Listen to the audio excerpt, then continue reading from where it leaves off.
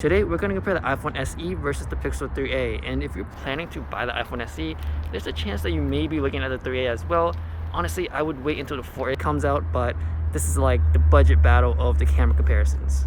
They both do have a single lens on the front and back, but let's see how well Google software can handle against Apple's newest chip. So this is the low light test of the front-facing camera, and this is just a typical night scene where there's a bunch of street lights. There are some cars around me. There's not too much now or during this time, but yeah, let's move on to the next section. So starting off with portrait mode, the iPhone SE can only detect or only do portrait mode if they see a face. So the overall portrait mode experience gotta go with the Pixel 3a. But one of my bad things about it is that it's kind of zoomed in. So when you're in crowded places or if you want to take a picture of something in your hands, then the whole picture is gonna be pretty tight. In low light situations for the front facing camera, I gotta go with the Pixel 3a as well. The whole software processing helps a lot. So if you find yourself taking a lot of portrait mode pictures other than people, then the Pixel 3a is going to be the best choice for you. The only way to get a blurry background of an object on an iPhone SE is getting up close to that object and naturally get that background blur. They both have a single lens, so the majority is almost the same. The only big difference I notice is the color temperatures. Even on the portrait mode pictures, I do notice that the Pixel 3a,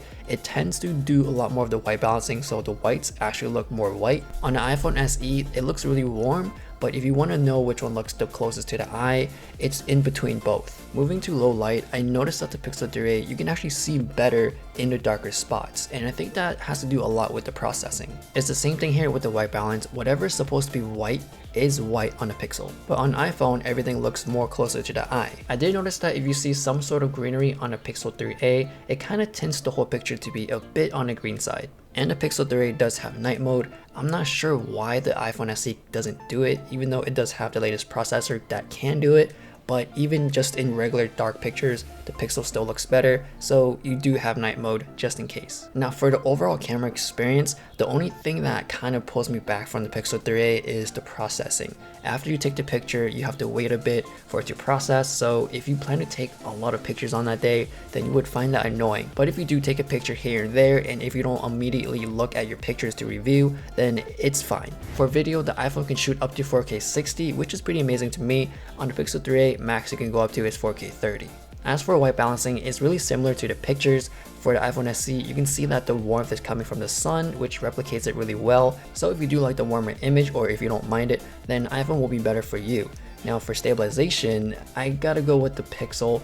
It just looks more stabilized, but on the iPhone it looks more natural. And what this means is that when I'm panning around, it looks normal. On the Pixel, it really looks electronic. It kind of looks like it's jerking around. Now for low light, I gotta go with the iPhone SE. Even though it is more noisy, it does keep exposure really controlled. So if you're looking at stores, you can actually see inside, whereas on a Pixel, it's overexposed. The second thing here is the micro jitters. So each hard step I take, you can see all that micro jitters going on, so the whole image gets blurry. So overall, in my opinion, I gotta go with the Pixel 3a for pictures.